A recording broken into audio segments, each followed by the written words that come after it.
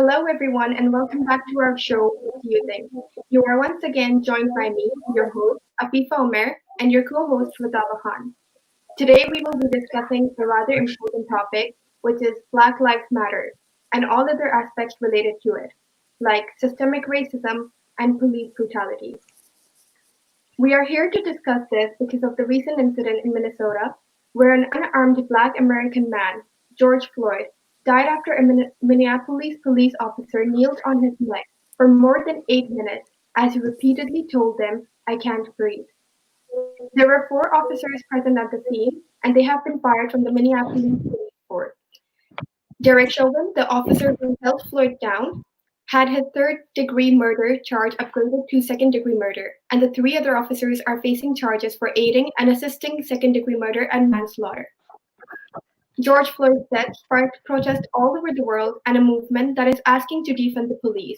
Although these protests started after George Floyd's death, these protests are not for him alone, but rather many other people who have died being victim of police brutality and racism. For this discussion, we are joined by Damion Omorogbe. He was born in Nigeria and moved to Canada in 2008.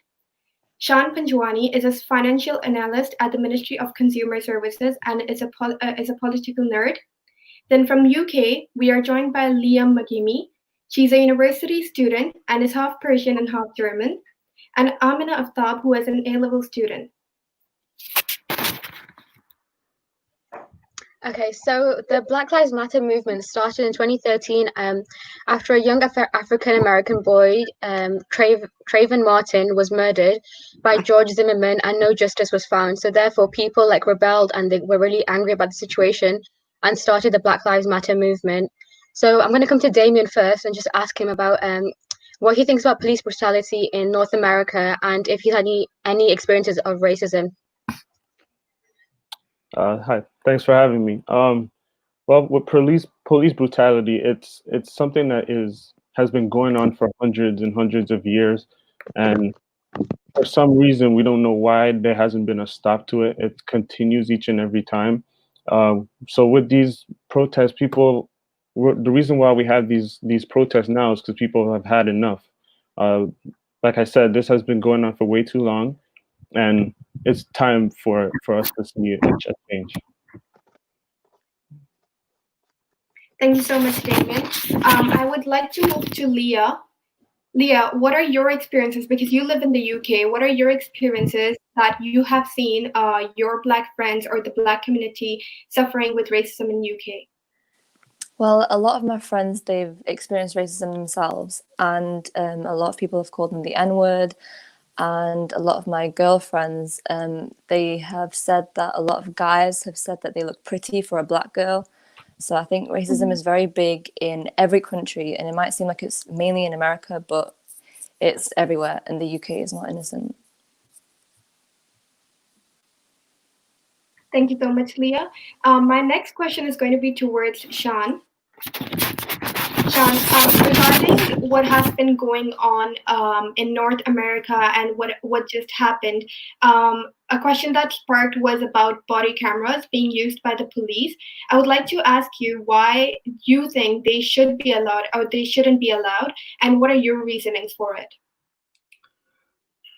So for me, I think body cameras are at least one potential solution. I don't think they're the perfect solution, nor are they the solution. You saw in the case, the officer, Derek Chauvin, was wearing a body camera and it didn't stop him. There are numerous cases where there's dash cam, there's numerous kinds of footage, and their officers don't hesitate in their actions. They are great because they do give the people and prosecution and everybody at least some level of footage of the incident, so it's not as much of a he said, she said. But I think there's other ways that we should be looking at improving the system. Though body cameras are a great first step to getting there, as long as they're on. I think there was a case in I want to say Louisville or somewhere down south in the US where the officers turned off their body cameras during protests for whatever reason, and there were several incidents and they were never recorded. So I think removing some of that the ability for an officer to turn it on and off, I think is also very important, and having that more central. But I think they're a good step to help with some of this, especially in terms of cases and prosecution. Thank you so much for that detailed answer, Shan. Rutaba, I would like to go towards you so that you can ask whatever question you have. So we hear a lot about like systematic racism in the UK and stuff like that, which is basically racism has been normalized and it's like so part of our everyday that we don't realize it's racism. So Amna, I'd like to ask you, like, do you think the UK is racist, and like how do you feel about that? 100%. The UK is so racist. I feel like people just assume that the UK isn't bad because not many people talk about it, but that's because of how like normalized, like you said, things have become here. Like people don't realize if you're being racist or not. And if you call out someone for being racist, you're seen as someone who's like sensitive, or you can't take a joke or whatever. And like that's how it's become now. So do any of you think the UK is more innocent in comparison to North America? No. Racism is everywhere. Like, there's no country who is lesser or above. Racism is everywhere around the world, and it's just that I guess we have more media covering what's going on in America, but it's no secret that everywhere around the world it's really nasty what's going on around the world concerning racism. Exactly, because literally I think there was a man who was tasered in the UK as well. Right. And that was shown on media as well, and there was his child was next to him. So I think things like that can happen in the UK as well, but obviously because there aren't guns legalized here, so it's not as extreme as in America, but it is still a big problem. Regarding what just Leah said, I would like to ask all of you, why is it that people have to wait for such an extreme case or for such an unfortunate incident to happen for people to go out and protest? And why do you think that people have started protesting after George Floyd's death and not after Ahmaud Arbery's death, which happened a few months earlier? I feel like it's just built up tension and built up anger, and from that video, as you can see, like it's just so heartbreaking, and seeing a death like that and then having the video being put up, it's just a lot of people from that video had enough, and I think from that it just caused an uproar. I think it was just built up tension though. I think that video just triggered everything. Also, to add on to that, he shouldn't have been killed. That easily could have went a different way. People were yelling at Officer Chauvin to get off of his neck. If he simply did that, he would have been probably just behind bars. But now he's dead. He's buried, and that shouldn't have happened. And that's why I think people are really outraged now, because this incident could have been prevented. So that's why I think it's taken to this toll.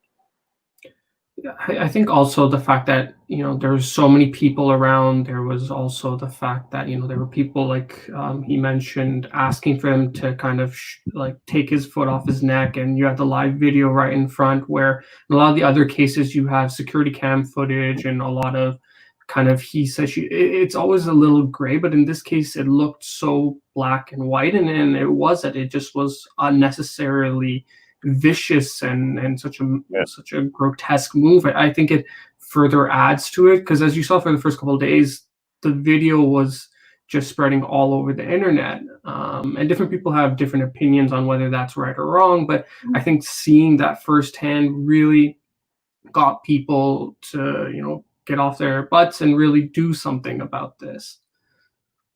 But do you think it has to take a murder of someone for like people to be angry about it? Because we had the Grenfell incident here 3 years ago where 72 people died, and because of the cladding, and it was the negligence of the government, but they haven't got any justice yet. So why is no one like talking about them as much as they are for George Floyd?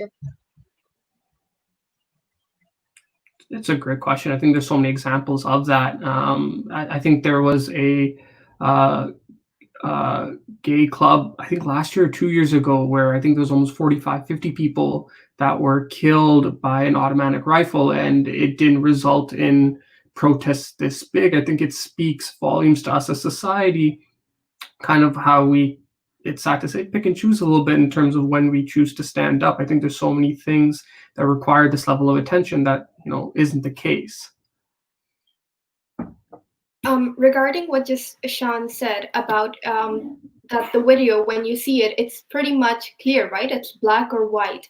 However, the movement that started is about Black Lives Matter, and I'm pretty sure a lot of us would have seen by now that people have come forward on social media platforms saying all lives matter, right?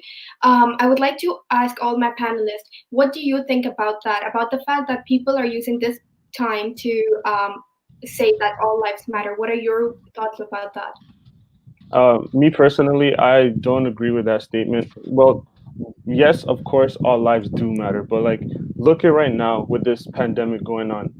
Doctors are looking for a cure to cure the coronavirus.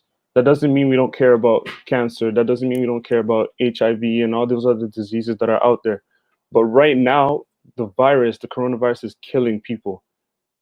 And as I switched to that to say that right now, black people are being killed at the hands of white people, of police officers. That's why we're focusing more on the black community. Of course, all lives do matter, but right now it's the black people that are being killed for no reason. I feel like people are being really ignorant as well by saying that all lives matter in this kind of situation, because it's like, from the killing of George Floyd, like, people are obviously so angry about it. And by saying all lives matter, it's really selfish to say that in a time like this. Mm-hmm. So I feel like people shouldn't say that, even though all lives do matter, but I don't think it should be said. So obviously, because of what's happened to George Floyd, a lot of protests have started. But do you think that protesting during this pandemic is reasonable, and is it clever to do so right now? I mean, I don't think it's, I mean, obviously, like, social distancing and everything, but a lot of people did go to the beach, and the media didn't say anything about that. I think they covered it saying, oh, a lot of British people are going out to the beach, but they didn't say anything negative about it. But all of a sudden, because it's people protesting for Black Lives Matter, it is an issue. And we're in lockdown, and it's a big deal that people are protesting when there's social distancing going on. So I think the media has like different views about it, and they're making it seem like a worse case for people protesting, even though it's the same as going to a beach. Yeah, and I think often people miss the fact that a lot of individuals are wearing PPE. They're wearing the masks. There's groups handing out hand sanitizer and doing a lot of that stuff. So it's not exactly like a lot of the people going to the beach where it's just, free for all. There are measures being taken, and this group is the individuals protesting are a little more prepared for that. They're not part of the group of individuals who a couple of weeks ago were at, State Capitol Hill protesting for their freedom to go out and get a haircut and whatnot. So I think this group's a little more educated, where I don't think, there will be as much of a spike in the group. I'm sure there'll be an increase in cases, but I think it'll be much more subdued than the media is reporting it to be. But like, what about all the vandalism that's been occurring, such as like statues being taken down? What do you think that's right? That should the protesters be doing that? I don't think they're doing it just to do it. I think these are not just riots; these are rebellions. People are sick and tired of the same stories coming out on social media and the news. And we've marched, we've sang songs, we chanted, we ran marathons, we started hashtags, but no one has listened. The same thing continues to happen. So what's happening right now is people have just had enough, and that results in burning down buildings. And that's what we had to do to get attention. That's exactly what they're gonna do. Exactly. And in the first place, slave traders, their statues shouldn't be up there. So for us to finally take it down, I feel like that's a huge step in reality and also in society, to say that we can't be idolizing people who tortured other people for years, because it's not right. So I 100% agree with statues being brought down and everything. And I hope if there are more around, whether in the USA or in the UK or anywhere, I hope hopefully by the end of this year they will all be down.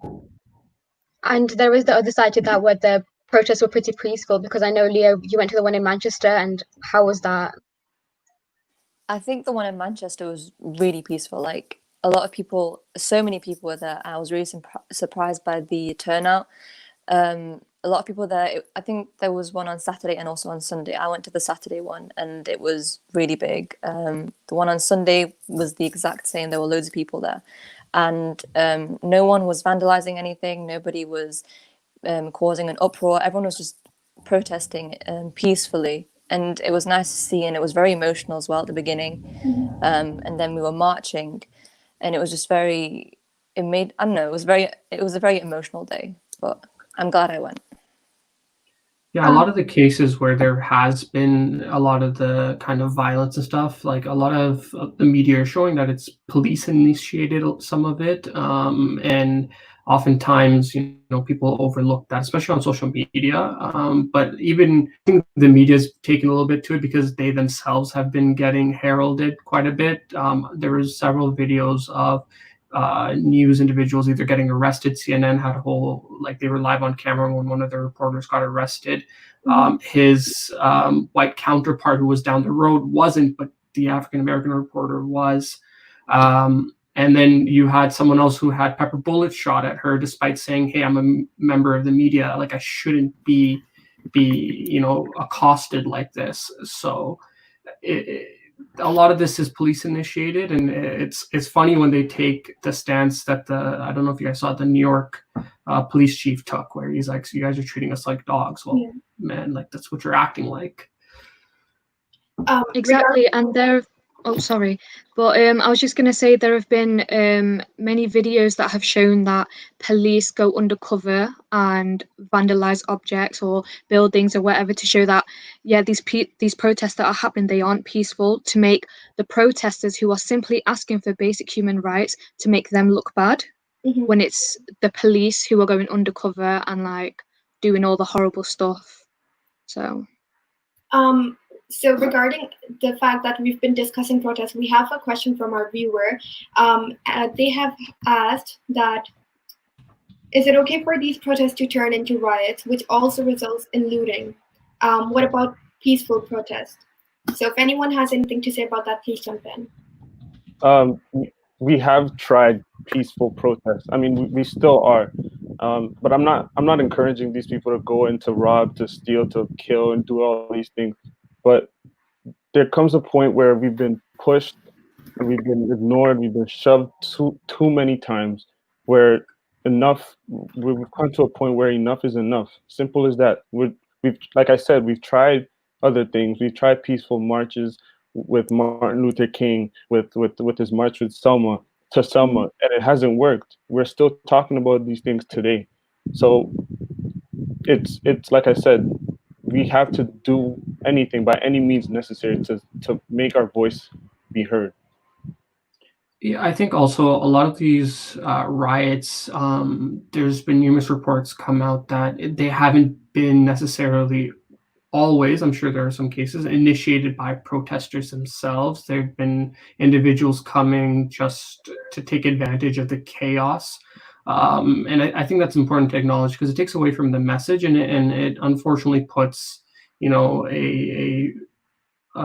it takes away from the true message that is trying to be communicated. In the same vein, I think, like he said, there comes a time when you have to do something to get the attention, and how long can you just take it, right? But just for the other side, there are lots of videos where there are protesters trying to stop those who are trying to break stuff, and that's always good to see that it's not always the protesters. What you just said, Shan, you said that it takes away from the message, right? However, what Damion just pointed out before you spoke up was the fact that people have been trying to protest peacefully for too long, but they haven't gotten what they wanted, right? They haven't been able to receive their right, as Damion said. So what do you both think about that? That there's one person who thinks that they haven't gotten their rights, and so now rioting is the only way that they think they can get attention, and you are saying that peaceful protest is the way. Oh, sorry, go ahead. No, you can continue. Okay. Yeah. let's say the Target or the other corner stores that might be in the hood. Just because it's in that area doesn't mean they own it. Businesses, so those businesses might be in the hood, but they don't have a financial stake in them. Neighborhoods have been occupied and colonized since they've been there. So when we are pushing back and burning stuff down, it's to say that we are tired and enough is enough. And it's not that we don't have a plan. We've tried plan A, B, C, D, but that hasn't sent a message to them. We just want people to hear our pain. I definitely agree. I think a lot of these neighborhoods have been gentrified by a lot of these big corporations coming in. I'm not against the rioting. I completely understand why individuals feel the need to. I do feel for the small businesses that it's a little bit more difficult, especially given the current economy, to recoup those losses. But I think for major businesses and stuff, I think Target came out and said, "Hey, look, like." We can rebuild all of this. We can replace all of this. We just care about the safety of our people. But like when streets like Fifth Avenue in New York get looted, that's different. Tiffany, J. Crew, those don't matter. But it's the small businesses that you feel a little bit for. But completely understand both sides. Yeah, there were videos of people who were protesting, and they were smashing people's cars, people who hadn't done anything wrong. And I think that's taken it a bit too far. Like when you're trashing people's cars, people who you don't even know what their lives are like. I think doing that, it's too much. And like you said, it does take away from the message that you're trying to convey. Yeah, and like if you were going to protest, you got to do it for the right reason. Destroying people's, like you said, small businesses isn't going to help with the cause. And I understand why people would think that, you know what, they've not listened to us when we were quiet. This is how they're going to listen to us. But they've also got to understand that people are also suffering with them. And like like Leah said, it is going a bit too far. And how do you think the government has responded to this? Because I know our Home Secretary Preeti Patel has said that she is utterly disgraceful by pulling down the statues and stuff like that. So do you think our government has helped in this situation? Are they supporting us or what? The UK government, I feel like it's a bit of a, because if you're saying it's disgraceful for bringing down a slave trader statue, it just shows that we have no support and that we are on our own in this one. And I think that's so wrong from someone who's got power of authority to say something like that. It just shows that they're in support of the oppressor when it should be the other way around. Thank you so much, Amina. We have another question from a viewer, and I think this is regarding what people have been saying about George Floyd, that he was resisting arrest. So I'm just going to ask a question. What are cops supposed to do in the instance when people resist arrest and don't follow the law? Can we blame them? I think them being the cops. I mean, it doesn't matter what happens. I feel like you're not given the right to kill someone. And yeah, I think you're muted. This is better. Yeah. Yeah. But what I said was, if I can try and remember, that, oh yeah, I was going to say that it doesn't matter what happens. I feel like you can't be given the right to kill another human being. And so, I messed up now. It's okay. We will come back to you. You can just gather your thoughts again. According to a CNN report, when the police officers were asked, they said that he was resisting arrest. However, according to the report, it said that he was not resisting arrest. And in fact, throughout the exchange, George Floyd appears to fall, and then the officer lifts him back up and leads him onto the sidewalk, and he just sits against this. He just sits against a wall. So from the videos that have come out and from the reports that have come out, it clearly does show that he wasn't resisting arrest. But I would like to ask the panelists over here. You guys have seen the video. You guys have read the statements. Do you think that even if he was, let's just say, in a hypothetical situation, even if George Floyd or any other person is resisting arrest, that the police should be able to do what they did, to just put them down and to just hold them there until they agree to get in the car or whatever they want to do with them? I don't think police should have the right to put a person in such an uncomfortable position, like kneeling on their kneeling on their neck. Like, I feel like that's such a disgusting thing to do, no matter what they've done. And there was a while back, there was a guy who murdered people in a church, and the police officers, they asked him if he was hungry, and they gave him, I think, food from Burger King. And that's so different to how George Floyd was treated. And I think that just goes to show that this is to do with colour, and police officers should be trained differently, because that was not a technique used on the force. And I feel like when they are being trained, they should be told like what not to do, and that there are consequences with their actions. Yeah.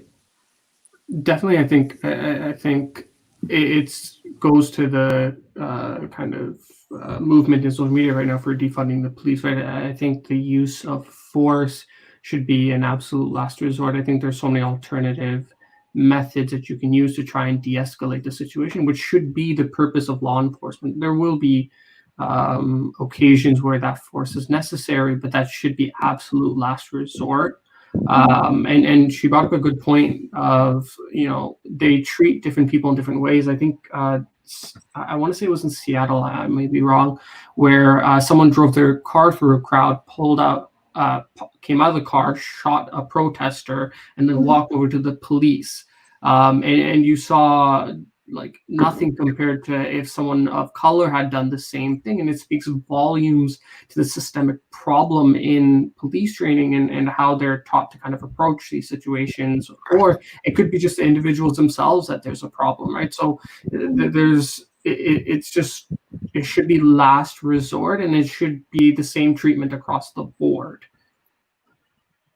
Regarding what you just said, Shan, I would like to come back to you.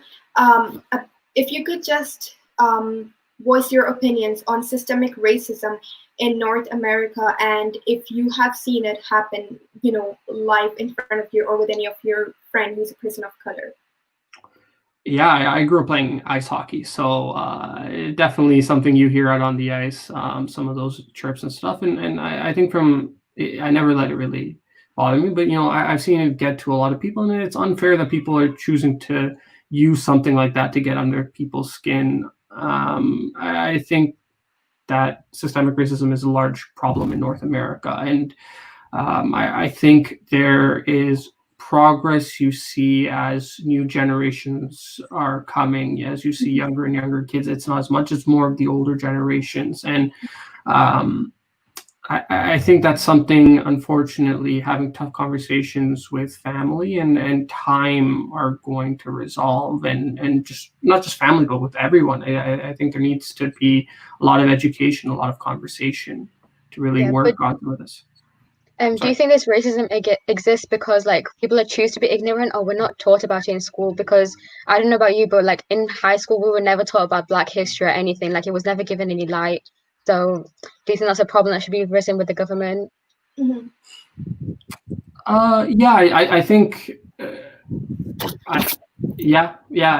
no other way to say it. I don't think we're taught here either. I don't think anywhere is taught a lot of this stuff historically in terms of the history and everything. I think you see a lot of attention given to colonizers and not enough to others, right? Even, for example, in Canada, the Trans-Canada Railway and all of that was built on the backs of immigrants and of people not from Canada, right? So this issue exists everywhere, and school would do good to teach more about how this came to be and what we can do better. Shan brought up a point about defunding the police, and I had mentioned that the protesters are now asking for defunding the police too? This is a question that I would like to ask all my panelists because, as we just mentioned, and we have kind of concluded that police brutality and racism is an issue not only in North America but also in the UK.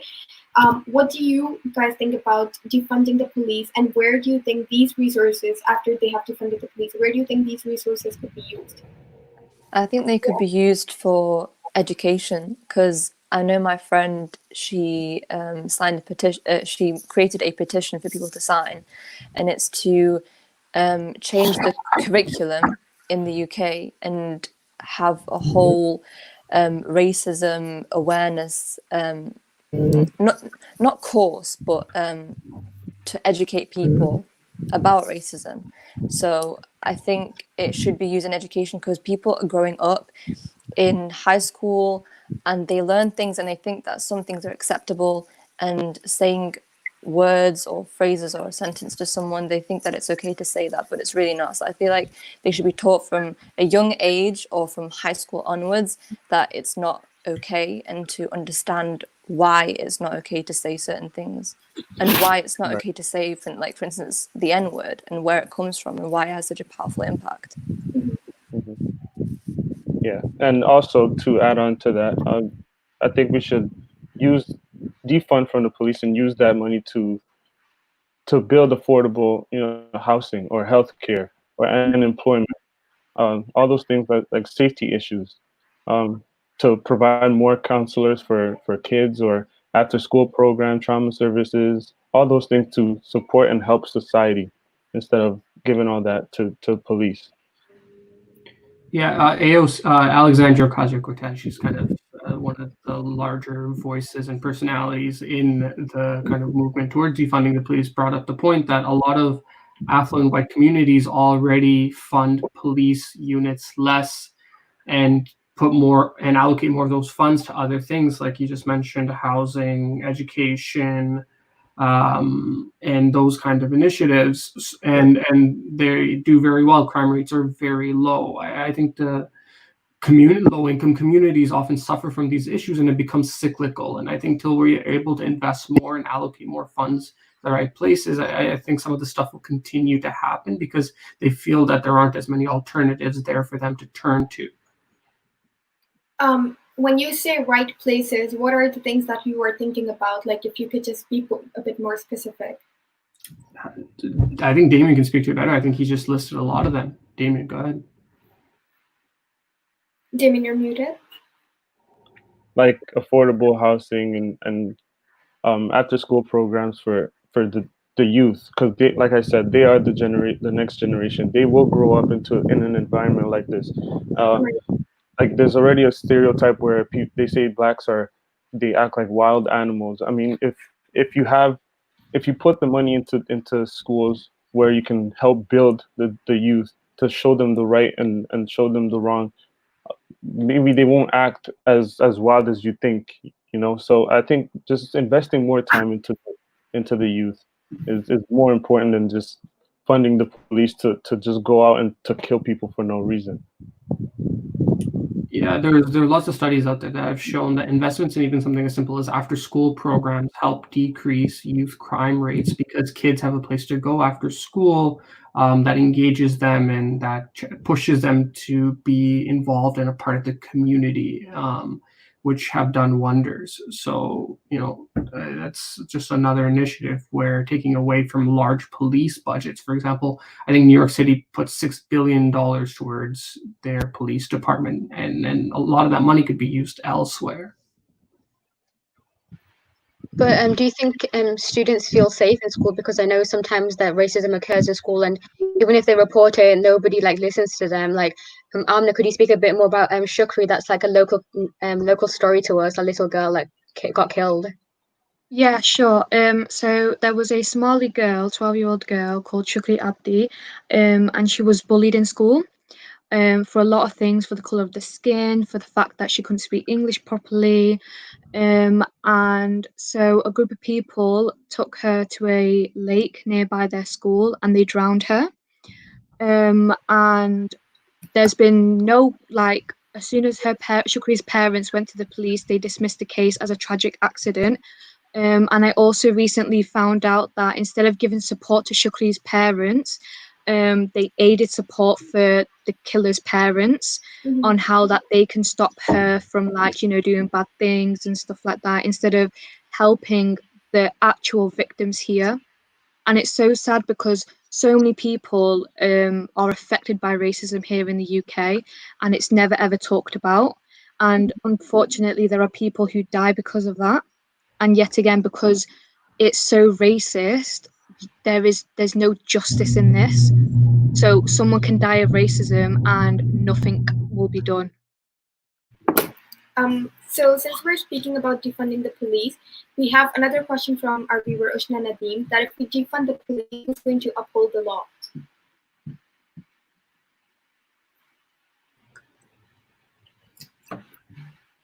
I think a lot of the onus is going to turn to some community initiatives, different kinds of ones. But I do think there should be a line and there should be some level of training, because you saw in the Trayvon Martin case, George Zimmerman was a member of the community. And if your community itself is being protected by individuals like that, with that kind of mentality, you're not really solving the issue. You're just handing it off to another group and giving them a try. So I think I don't think defunding the police means taking away law enforcement altogether. I think it means allocating their time and efforts to the appropriate resources. For example, instead of sending them to domestic calls of, domestic disturbance and stuff like that, you could send social workers, or if there's a mental health situation, send them instead, leaving their resources for more serious situations. And then letting potential community organizations where people are properly trained who want to help, take part in some of this and help protect their own communities. And you might find, because they know each other a little more, that there might be less inclination to act so rashly if ever they're in such a situation. Right. I agree completely. I don't think police officers should just put on a badge and just go out into neighborhoods. That's not safe at all. They need to at least study human psychology or human development, criminology, or sociology. Just giving people a gun and a little combat training and sending them into neighborhoods is not safe at all. So I definitely agree. But like here in the UK, the police don't have guns. So Leah, do you think that that's better? Like, do you feel more safe here if you were in comparison to America?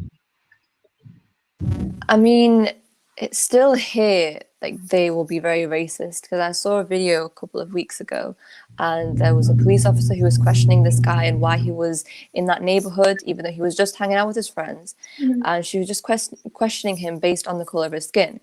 And I feel like police officers in the UK need to also be trained not to judge people too quickly just based on what they look like. Because that guy was just there with his friends and they were just hanging out, even though I think lockdown had gone down as well. So they were just hanging out and they were still social distancing as well. But I do think it's not as bad as in America, but they still hold a lot of power.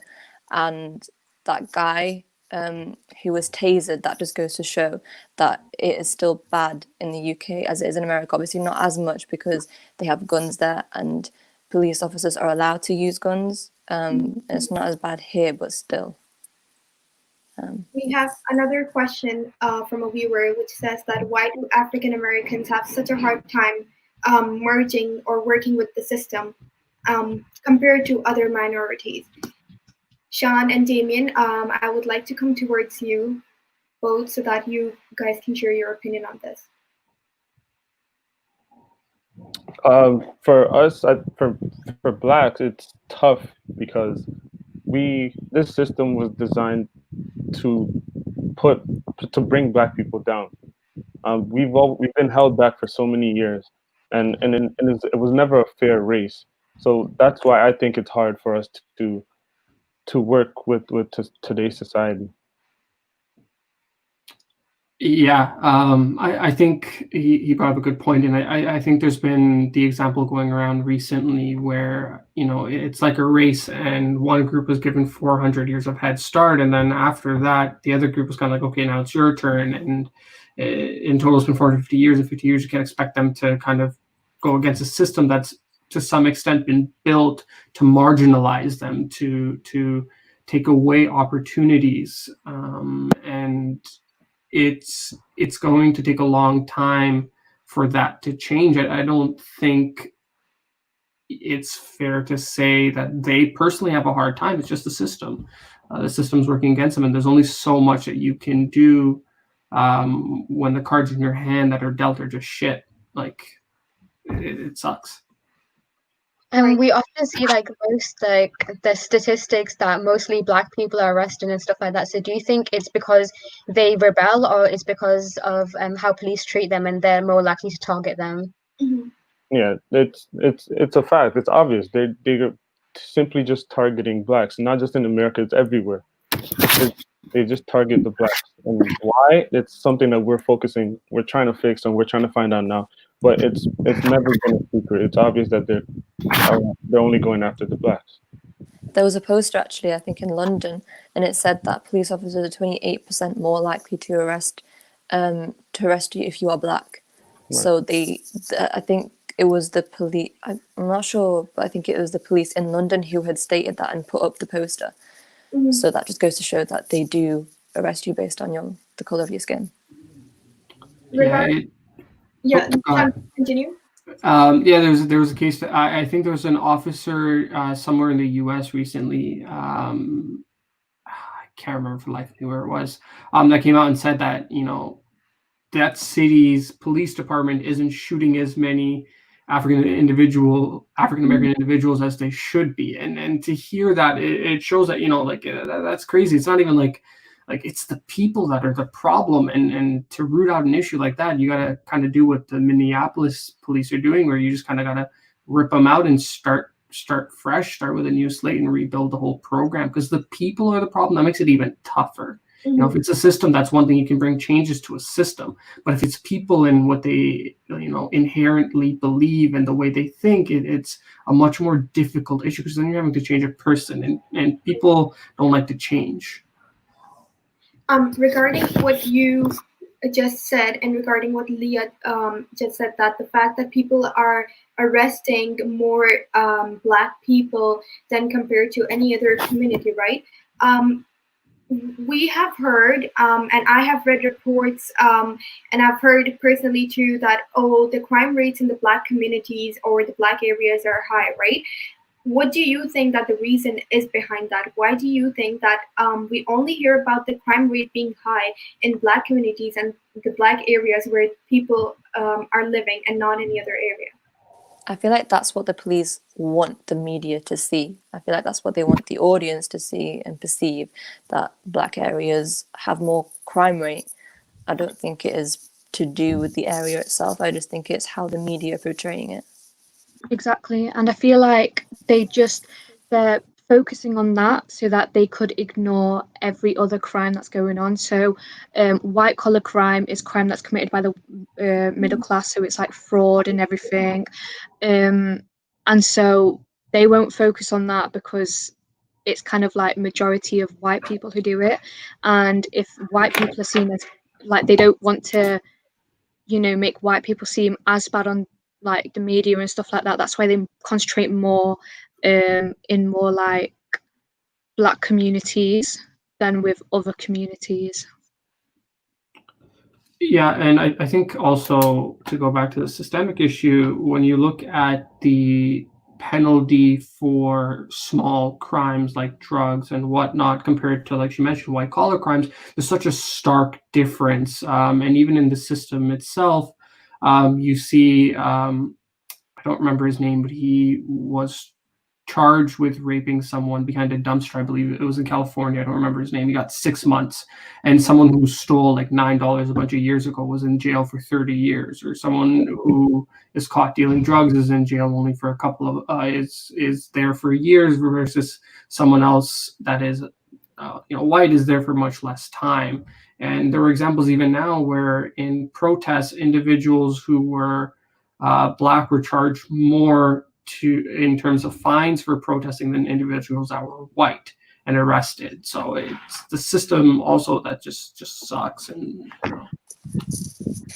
In George Floyd's case, I think there was a guy that stepped forward and he said that he also had a check that was fake or something like that, and he wasn't asked about it or arrested for it, but George Floyd was, and that just goes to show that it is based on the color of your skin and that the police officers will arrest you Actually, because of that. I'm just going to follow up Leah's point that she just made. According to a lot of social media platforms, people have voiced their concerns, saying stuff like, "Oh, it was a fake bill," and people who've worked at convenience stores have brought up this point that we personally have worked on convenience stores, and obviously, if we get a fake bill, we have to report it to the police, and so we don't have anything from the report, like from the police themselves yet, if George Floyd's bill was fake or not, right? We still haven't gotten any proof for that. But the fact that people keep bringing up this question that, oh, it was a fake bill, it is our responsibility to report it. So, what happened if they were arresting him? It was right. What are your opinions on that? Okay.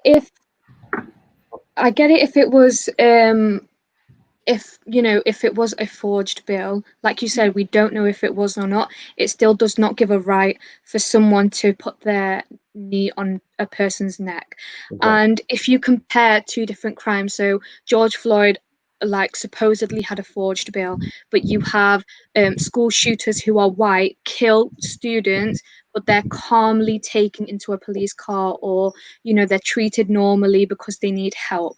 There's such a massive difference in crimes and such a massive difference in how each of them were dealt differently. Exactly, like people try to justify a school shooting rather than George Floyd's death, which was basically over nothing. Right, thank you so much. I would actually like to ask one more question, because this is something which is seen as a problem in our communities, in our society, and the fact that people in our have been using the N word, and people in South Asian communities use words like kalu or kala to refer to Black people. What are your point of views on that, and what do you think about that?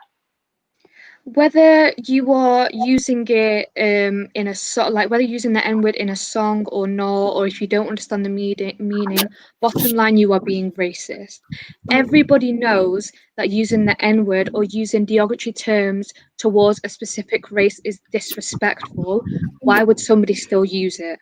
It's all about respect and it's all about being racist. If you don't understand why it's a bad thing, everyone's got access to the internet. You can go research it yourself. If not, you can go ask someone. There's no excuse to say, but I didn't know, or I'm only using it in a song, or, if Black people can use it, then I can use it. Like, there is no excuse. If you are saying the N-word, you are being racist. There is no, way about it. Right, and just because a Black person says it in a song or anything does not give you the right. If you're reading something out loud and there's an N-word in the page, you skip it. You're not mandated by any law to read every word on a page.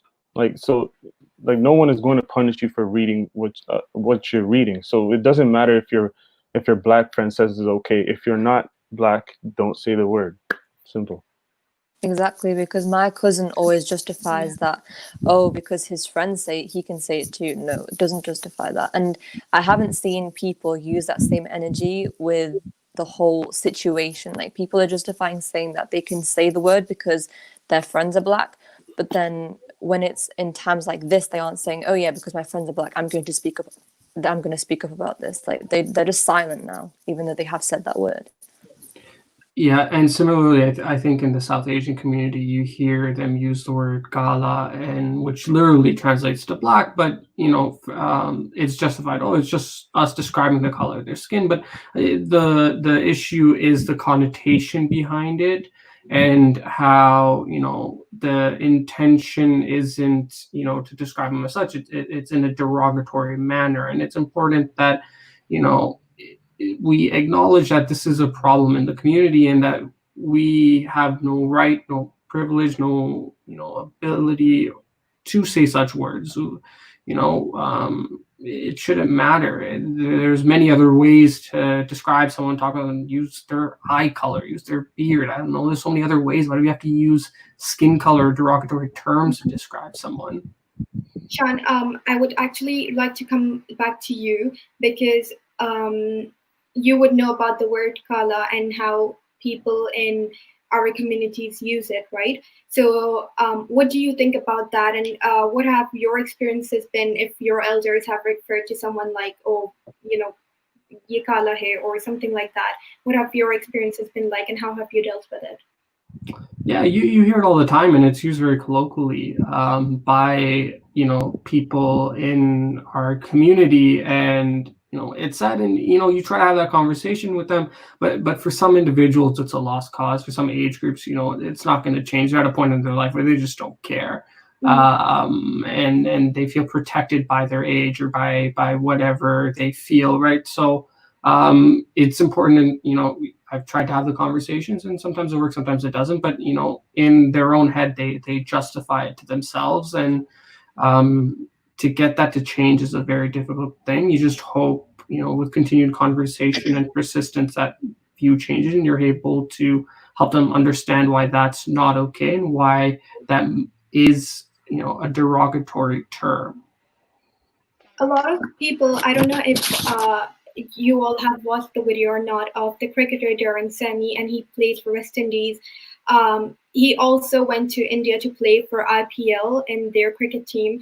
IPL is a league, and he recently, because of the events that have been happening, it was, he got to know that the word Kalu that people were using, fellow cricketers were using for him, it obviously was addressing him by his skin color. And he has, in his videos, he's asked them to just come forward and just have a talk with him and maybe apologize, because he doesn't think it's acceptable, and he was unaware of the fact when that was happening. According to the comments, I can't pull them up right now, but according to a lot of comments over there, people from India, people from Pakistan, people from South Asian communities mainly were like, we get where you're coming from, but a lot of times it's just used to describe because it's just a color. What are your thoughts on that? It, like, at the end of the day, connotation is everything, and then that's not how it's interpreted, right? That's not the purpose. Like, why does that even have to be used? Like I said, you could use any number of other things, but people find any way to self-justify, and in our community especially, they feel they're very clean of this stuff, that it doesn't apply to them because they themselves are a person of color. So it's a difficult mentality to go against and change. I don't know if anyone else has something to say. No, it's unreal. Does anyone else have anything to say to Shan about that? No, I agree. Whatever word, whether it's the N word or anything, that whatever that word is, it's synonymous with hatred, and it shouldn't be just thrown around. Oh, just because you're that color, it doesn't matter. Like it has a dark history. It has a past. Yes, for me as Black people, we use that word now to uplift and to say hello, but we know where that's from. We have a history with that. So yes, I agree. It shouldn't be thrown around with anything else, especially if you're not of color. Yeah. So I'd just like to thank everyone and wrap it up here, because I think you should just educate yourself, and I'm very happy to see all the vast majority of opinions, and hopefully going forward we can all educate ourselves and teach our future generations the right way and the right path, because I feel like this is much different to what we have experienced from our elder generations. We're much more socially aware and respectful of others. So once again, thank you for everything. Thank you for joining us, and thank you for giving us your opinions. Thank you so much, guys. Like Rutaba said, I'm just going to end the show right here too. That the fact that we all were able to just be here and have a respectful conversation, share our opinions, and it was so nice to just see, all of us have come from diverse groups. So it was really nice to see that how each individual had something or the other to say, and how they were able to engage in a discussion, which usually just, bring up arguments or something. It was really nice to see how people gathered and we were able to share our opinions so peacefully. I would also like to just say that the fact that we were able to discuss this show, I just want to acknowledge the privilege that I have and the rest of my colleagues here have, that we were able to just peacefully sit here and have a show, have a discussion while others are protesting for their rights for such a huge movement. We will join you again next week at the same time, by me and by Rutaba. Until then, I hope you enjoyed our show, and please keep watching Orange Now TV.